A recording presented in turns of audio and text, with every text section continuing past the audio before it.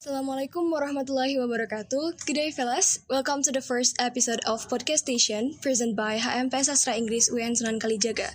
So, di kesempatan kali ini, aku Jihan beserta partner aku, Arni, akan menemani kalian di episode pertama Podcast Station. Nah, gak lupa juga kita udah bersama narasumber keren kita yang bersedia untuk menemani kita bincang-bincang santai pada pagi kali ini, yaitu Bapak dosen kita Pak Dwi Margoyuwono MHum, yang mana beliau ini merupakan salah satu dosen di Prodi Sastra Inggris UIN Sunan Kalijaga Yogyakarta. Nah, selamat pagi Pak. Selamat pagi. Nah, sehubungan dengan perkembangan sosial media, pasti banyak banget kan isu-isu atau fenomena yang hadir akibat dari perkembangan itu. Nah, salah satunya yang akan kita bahas kali ini adalah fenomena cancel culture, yang bagaimana kok cancel culture ini bisa ada.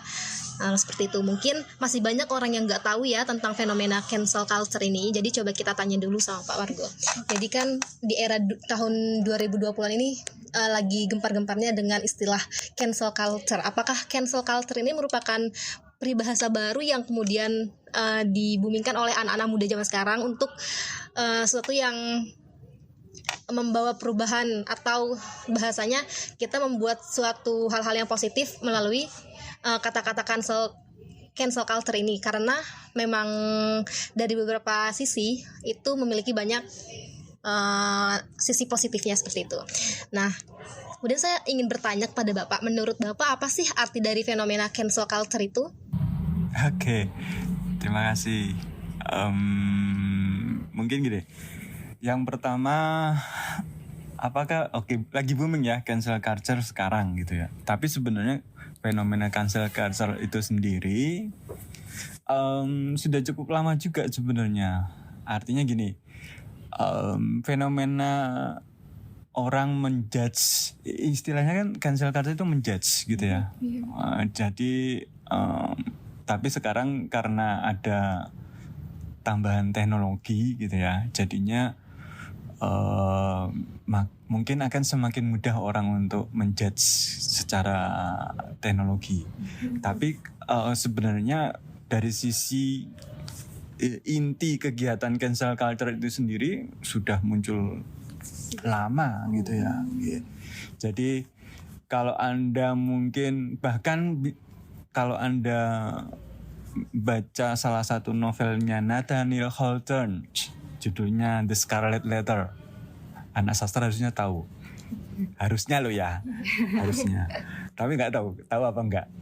Belum baca. Oke. Kalian belum baca padahal ya. Oke. Jadi di tokohnya The Scarlet Letter itu ada Hester. Dia dihukum oleh komunitas.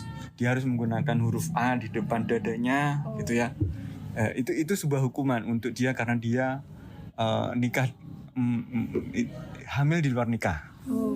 Salah satunya itu ya. Jadi hampir sama kan sebenarnya fenomena ini cancel culture yang sekarang gitu, dengan cuman bentuknya saja yang berbeda gitu ya. Tapi intinya kegiatan itu sudah ada lama gitu ya. Mungkin seperti itu kalau sejarahnya gitu ya. Kalau bilang apakah cancel culture ini yang sekarang gitu ya, yang sekarang ini apakah sudah benar-benar sesuai tujuannya atau tidak, mungkin perlu kita kaji kembali. Oke, ya jadi memang sih kebanyakan yang sekarang cancel culture lebih ke dunia hiburan gitu ya, terus mungkin sedikit ke dunia politik. Ya, kalau saya sempat baca hasil penelitian di Amerika, itu ternyata yang kenal istilah cancel culture itu usianya di atas 30. Di bawah 30. Yang di atas 30 itu masih sedikit yang kenal dengan cancel culture, istilah cancel culture itu sendiri. Maksudnya sudah mendengar. Jadi yang kebanyakan itu ya anak muda, generasi Z sekarang yang ngomongin cancel culture fenomena sekarang gitu ya. Beda sih. Tapi secara konsep kan hampir sama dengan yang tadi saya sampaikan tadi ya. Secara konsep gitu ya. Tapi mungkin caranya aja yang berbeda. Nah, karena sekarang udah ada teknologi, mungkin itu ya tambahan dari sedikit. Mungkin kalau kayak zaman sekarang itu baru muncul istilah cancel culture gitu kan. Jadi kayak buat anak-anak muda yang tahu apa itu cancel culture gitu. Sedangkan zaman dulu tuh kayak lebih ke pengucilan atau mungkin hukuman sosial gitu ya Pak ya. Ya, betul sekali. Kemudian untuk Indonesia sendiri nih, biasanya apa sih yang bisa menyebabkan sesuatu atau seseorang itu bisa di cancel dari kehidupan sosial di Indonesia nih Pak?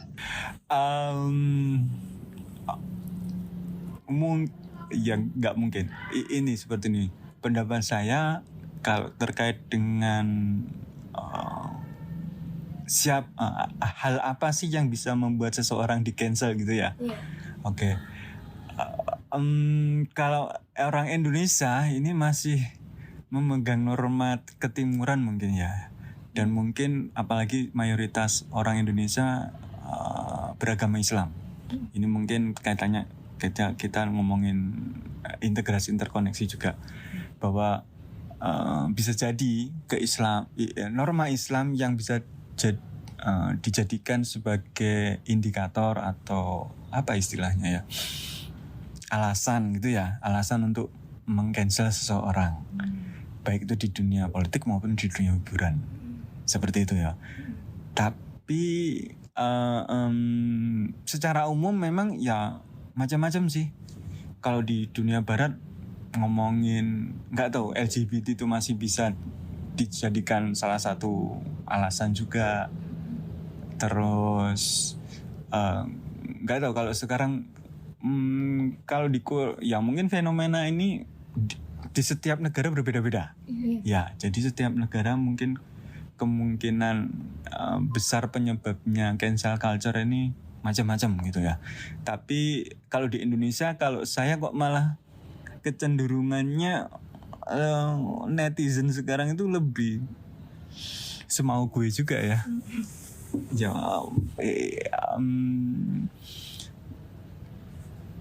mungkin dari sisi kita harus ketika menyampaikan sesuatu itu kan harusnya, apalagi di sosial media gitu, jangan sampai ketikamu juga akan menghukummu sendiri gitu ya, karena ada beberapa ya hasil yang viral itu ternyata juga menghukum dirinya sendiri yang bikin gitu ya. Itu walaupun dia berusaha menghujat seseorang kaitannya dengan moral mungkin, tapi nyatanya dia sendiri juga kita sendiri harusnya berhati-hati terkait dengan itu gitu ya. Kita sebagai individu dan sebagai orang muslim pun kan kita juga nggak boleh menfitnah sembarangan. Salah satunya itu ya. Jadi mungkin kita harus benar-benar, kalau istilahnya literasi itu kan benar-benar saring apakah ini sudah benar, konsepnya sudah benar, dasar hukumnya, sehingga kita bisa menyatakan bahwa ini bersalah atau tidak gitu ya. Baru kita bisa men-sharing itu mungkin. Jadi kalau dari sisi kita edukasi anak muda nih ya, anak muda ini kan sukanya emosi.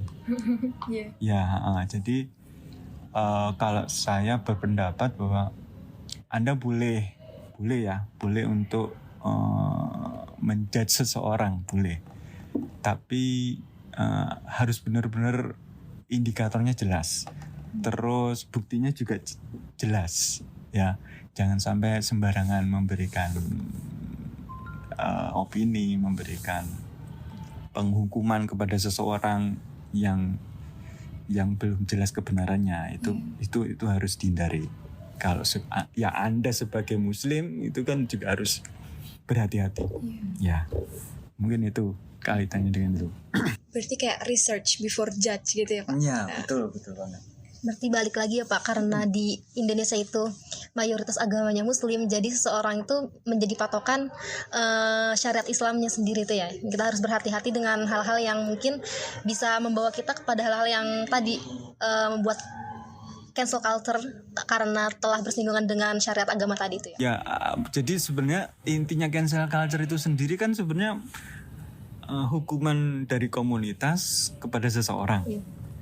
Secara sosial gitu ya. Jadi pastinya setiap sosial itu punya norma masing-masing. Iya. Dan kalau di Indonesia mungkin karena kita memang mayoritas Muslim, itu harusnya gitu ya, harusnya kita sebagai penganut agama Islam, especially itu ya harusnya. Jadi ya kita harus dasarnya tetap Quran dan hadis bagaimana kita menghukum seseorang. Walaupun kejadian baik dan buruk itu sendiri memang sudah ditakdirkan ada. Dari awal manusia ada, sejarahnya Nabi Adam. Kan cucunya sudah satunya membunuh, yang satunya beribadah. Ya kan? Iya. Itu ya memang sudah ada kodratnya gitu loh, tapi kita tetap harus jelas bagaimana pembuktiannya, jangan sampai sembarangan menyatakan seseorang gitu ya. Oke, bersalah mungkin itu. Nah, kemudian pertanyaannya, apakah cancel culture ini beresiko atau tantangan yang mungkin akan didapatkan oleh masyarakat dari fenomena cancel culture, khususnya untuk generasi saat ini? Resiko dan tantangan ya. Mungkin saya sebagai generasi yang sudah pernah merasakan dengerin musik dari kaset terus sampai ke CD, terus sekarang tinggal pakai pencet HP gitu ya. Mungkin ya tadi hati-hati dengan penjudge sekalian itu ya, yang harus benar-benar diperhatiin gitu ya. Ya jangan sampai misalkan kayak kemarin yang viral ada siapa yang si Arti ya, yang orang Lampung itu. Itu kan menjudge jalan Lampung gitu ya. Oh, Bima. Bima, sorry Bima. Oke, Bima lah. Bima, benar Bima. Tapi attitude-nya juga jelek. Iya. Jadinya kan dia cuman hanya bisa menyalahkan gitu loh. Itu juga nggak boleh kayak gitu. Kalau memang ya itu fenomena. Artinya memang ada fenomena jalan yang berlubang di manapun. Insya Allah nggak hanya di Lampung sebenarnya sih. Iya. Tapi bagaimana kita menyampaikan itu dengan bagus dan tidak menyakiti hati seseorang, itu juga perlu. Ya itu tantangannya buat kalian generasi sekarang. Artinya Anda boleh mengkritik, ya bedakan kritik dengan ujaran kebencian. Oh iya. Jadi kalau Anda benci apapun, walaupun dia baik, nggak akan muncul itu kebaikannya, ya kan, beda. Tapi kalau kritik itu pastinya memang ada fenomenanya. Anda bisa menyatakan itu ada, dan Anda mengkritik yang baik itu harusnya kan juga memberikan solusi, bukan hanya menyatakan ini jelek gitu loh. Iya. Harusnya gitu ya. Jadi tantangan buat kalian anak muda sekarang, Anda boleh sih upload di TikTok, boleh di Instagram kalian, boleh di tweet kalian, nge-tweet gitu ya, tentang sesuatu yang memang buruk dari seseorang atau dari apapun itu ya. Tapi Anda harus benar-benar tanggung jawab dengan itu. Jangan sampai Anda menyesal, artinya akhirnya menangis di kantor polisi minta maaf gitu ya. Itu kan juga memalukan kalian sendiri juga. Jadi catatan buruk buat kalian kalau saya melihat itu ya, itu sebagai tantangan. Tapi bukan berarti Anda tidak boleh mengkritik. Tapi Anda tetap harus mengkritik kalau memang itu tidak sesuai dengan norma, tidak sesuai dengan kebaikan. Itu Anda harus tetap ngomong kan. tapi ngomongnya dengan yang bagus, caranya yang baik dan bahkan Rasulullah itu ya ketika dia disakiti gitu, dia nggak pernah membalas kok, ya kan? Dia itu beliau bahkan dipukuli sama orang gitu ya, maksudnya kayak ceritanya orang Yahudi gitu ya. Terus ditanyain kemana orang Yahudinya kok nggak pernah muncul sekarang, dia sakit, akhirnya dia dijenguk sama Rasulullah kan gitu, ya kan? Walaupun itu dia disakiti, walaupun dia tiap hari ketika datang gitu ya, ketika lewat itu dihujat gitu ya, artinya ya sedikit baik atau buruk cari seseorang ya Anda harus tetap fair lah gitu ya. Boleh Anda mengkritik tapi harus kasih solusi juga. Ya gitu ya. Terus Pak, ada gak sih caranya untuk membuat cancel culture ini bukan sebagai bentuk intimidasi di kehidupan sosial aja, tapi juga sebagai bentuk yang positif bagi orang yang kena cancel culture itu, dan juga untuk sosial yang telah mengcancelnya itu tadi Pak. Bisa gak? Ada gak sih caranya gitu? Oke, ada gak ya caranya ya? Oke, sangat menarik sih ini fenomena cancel culture itu sendiri sebenarnya kalau di Indonesia malah nggak efektif loh. Misalkan oke lah, siapa sih? Dari kalau sekarang aja, misalkan Vicky itu kan udah cerai berkali-kali, itu kan sebenarnya udah amoral kan gitu ya, tapi nyatanya dia masih laku di dunia hiburan, atau dia masih ngomong di TV gitu ya. Ya tadi setiap ternyata setiap negara punya standar sendiri untuk terkait dengan cancel culture ini sendiri ya. Fenomena cancel culture memang bisa dibilang sih, kalau di Korea fenomenanya, di Cina memang bisa jadi ini salah satu penghubungan yang baik, tapi juga bisa jadi memang benar-benar membunuh karakter, bisa jadi kan gitu ya. Jadi seperti saya tadi, Anda boleh mengkritik tapi Anda harus benar-benar ada buktinya dan Anda ngasih solusi. Menurut saya itu yang tetap harus dipegang. Ya kalau saya tadi pertanyaannya kan bagaimana caranya kan gitu ya. Ya kalau saya, ya Anda harus benar-benar relate dengan apa yang dituduhkan. Terus seandainya memang itu fenomena yang ada dan sosial berusaha memban itu secara komunitas misalnya, tapi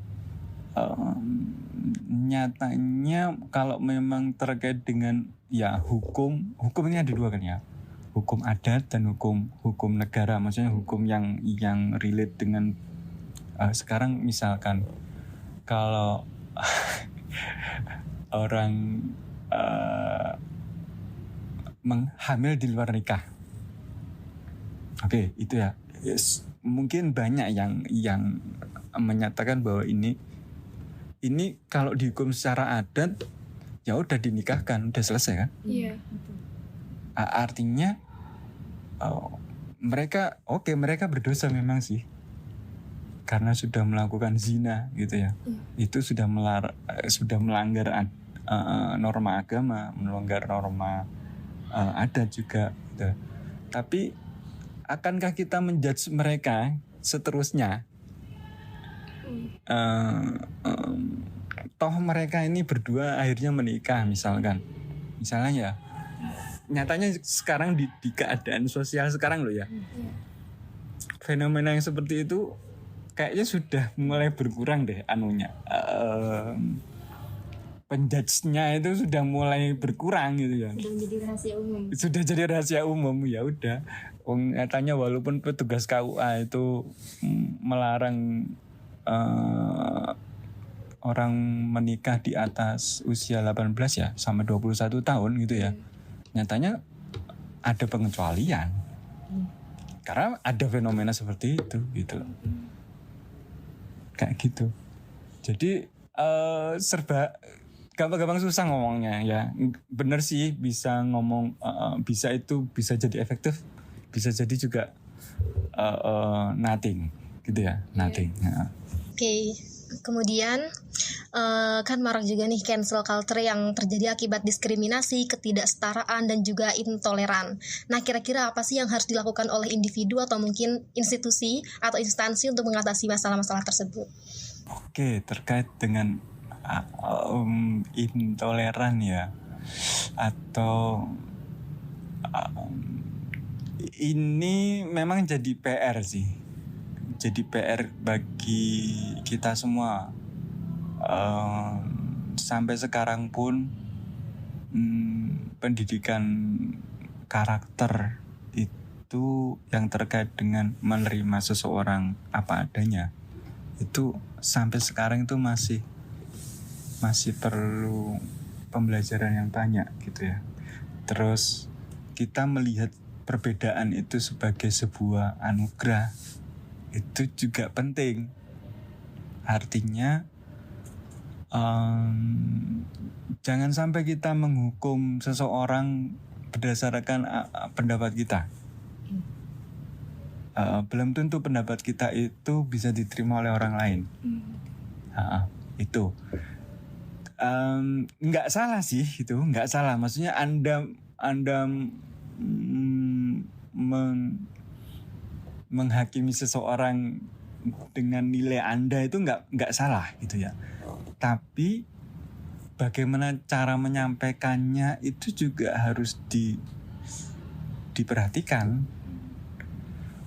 Intinya dari awal saya ngomong kan bahwa ini jangan sampai jadi sebuah ajang atau pembenaran untuk memfitnah seseorang. Ya, jadi cancel culture ini ini bisa jadi pembelajaran bagi seseorang tadi. Ini secara sosial perbuatan Anda atau Anda sebagai individu yang melakukan sesuatu memang melanggar norma, ya harusnya diberitahu ya, tetap ada gitu ya.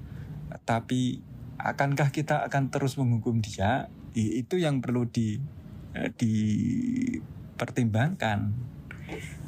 Akankah kita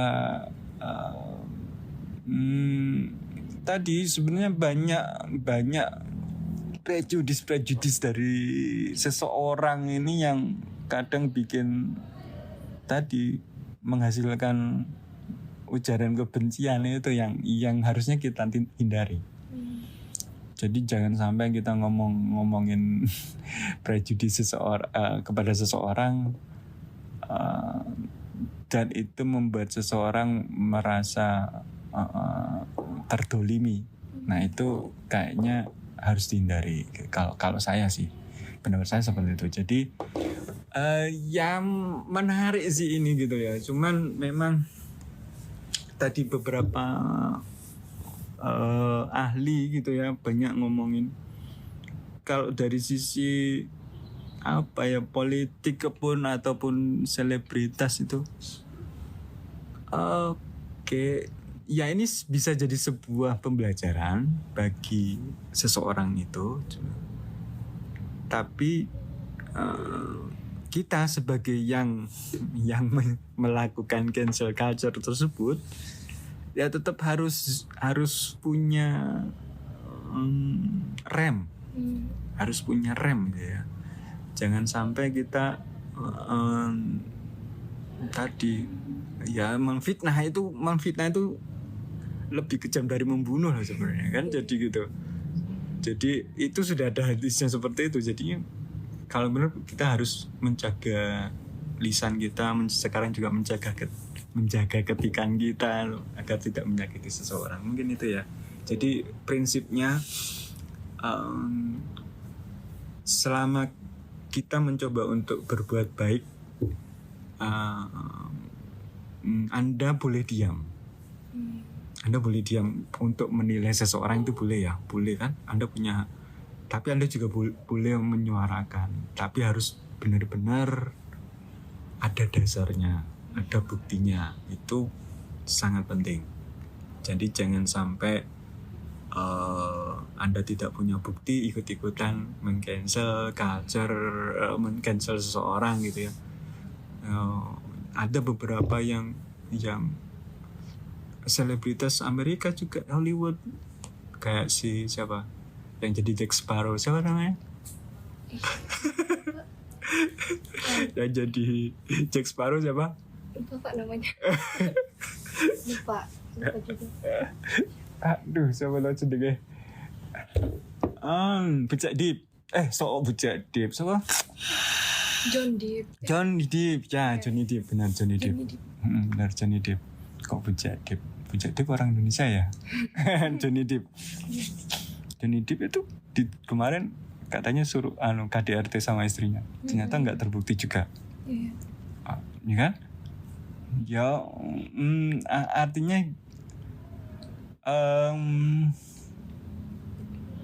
sekali lagi bahwa Anda harus benar-benar jangan ikut-ikutan saja. Tapi Anda kalau memang kalau memang Anda menyuarakan sesuatu ketidakadilan, ya Anda suarakan ketidakadilan tersebut dengan baik dan Anda punya bukti. Ada pelanggaran, ya tetap Anda sampaikan dengan baik. Insya Allah responnya akan lebih baik, lebih diterima oleh seseorang ketika Anda juga memberikan solusi.